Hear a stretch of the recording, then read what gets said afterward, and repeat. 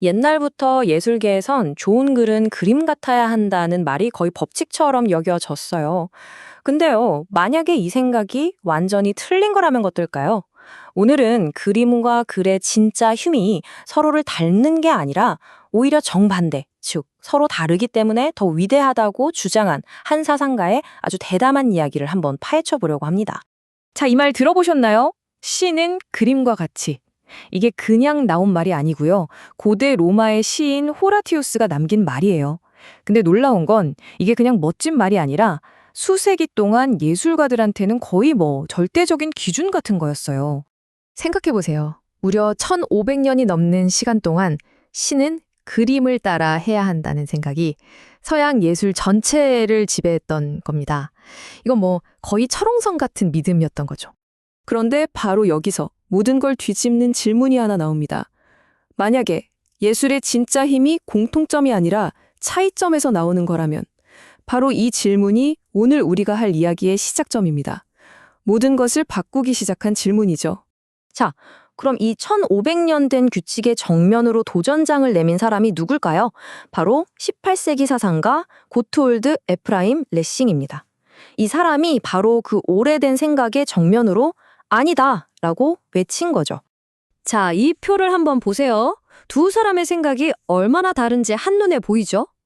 왼쪽의 호라티우스는 공통점에 집중했어요. 시는 그림을 따라해야 한다. 이거죠. 근데 오른쪽의 레싱은 완전 반대예요. 예술의 진짜 힘은 차이점에 있고 각자 자기만의 길을 가야 한다고 주장한 겁니다.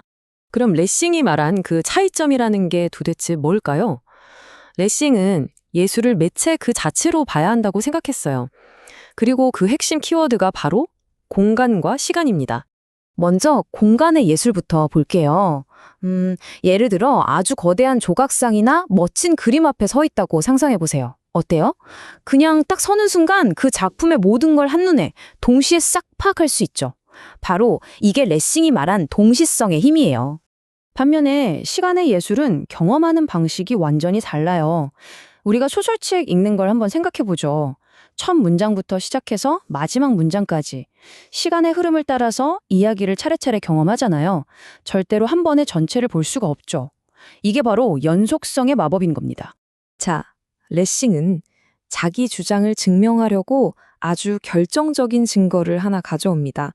바로 저 유명한 고대 조각상 라오콩 군상이에요. 이 조각상이 레싱 이론의 핵심 증거가 됩니다. 이 조각상을 보면 뱀한테 칭칭 감겨서 정말 끔찍한 고통을 겪고 있는 라오쿤과 아들들이 보이죠. 자, 이런 견딜 수 없는 고통의 순간, 이걸 어떻게 표현하는 게 가장 효과적일까요? 레싱은 바로 이 질문에서부터 시작해서 조각과 시가 이 문제를 얼마나 다르게 풀어내는지 파고들기 시작합니다. 네, 바로 이겁니다. 왼쪽의 조각, 즉 공간 예술은요, 고통이 최고조에 달한 그 순간, 그 정적인 결과를 딱 한 장면에 담아서 보여줘요. 그런데 시, 즉 시간 예술은 완전히 다르죠. 여러 행동과 수리를 묘사하면서 고통이 전개되는 과정을 우리 머릿속에 그려주잖아요. 바로 이거예요. 결과냐, 과정이냐. 이 차이가 핵심입니다. 이게 바로 레싱 분석의 가장 중요한 지점이에요. 조각은 우리 눈앞에 이게 고통이야 하고 딱 보여주죠.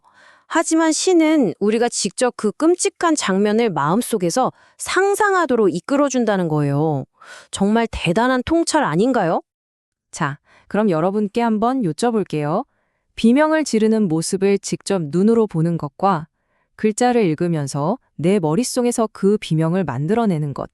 둘 중에 어느 쪽이 더 강력하게 다가올까요? 레싱은 이 질문에 대해서 아주 명확한 자기만의 답을 가지고 있었습니다. 그리고 그는 둘 중 하나가 확실히 더 우위에 있다고 결론을 내립니다. 레싱의 결론은 바로 텍스트의 승리였습니다. 왜냐하면 글의 진짜 힘은 우리 상상력을 자극하는 데 있다는 거예요. 글을 읽으면 머릿속에서 온갖 감각적인 환상이 펼쳐지면서 멈춰있던 대상이 살아있는 이야기로 바뀌죠. 그런데 조각이 보여주는 그 완벽하게 정지된 한 장면은 오히려 역설적으로 우리의 상상력이 더 뻗어나갈 공간을 막아버릴 수도 있다고 본 겁니다. 그러니까 이 모든 이야기를 딱 한 문장으로 정리하면 이거예요. 텍스트는 우리를 그냥 구경꾼으로 두는 게 아니라 경험을 함께 만들어가는 공동 창작자로 만든다는 것. 이게 바로 레싱이 발견한 텍스트 예술의 위대함인 거죠. 마지막으로 한번 이런 생각을 해볼까요? 여러분이 정말 재밌게 읽은 책이 영화로 나왔을 때 어떠셨어요? 내가 책 읽으면서 상상했던 주인공의 모습이나 목소리가 스크린 속 배우랑 달라서 살짝 실망했던 경험 다들 한 번쯤은 있으시죠? 어쩌면 그 미묘한 감정이야말로 레싱이 말했던 우리 각자의 상상력의 힘이 얼마나 위대한지를 보여주는 증거가 아닐까요?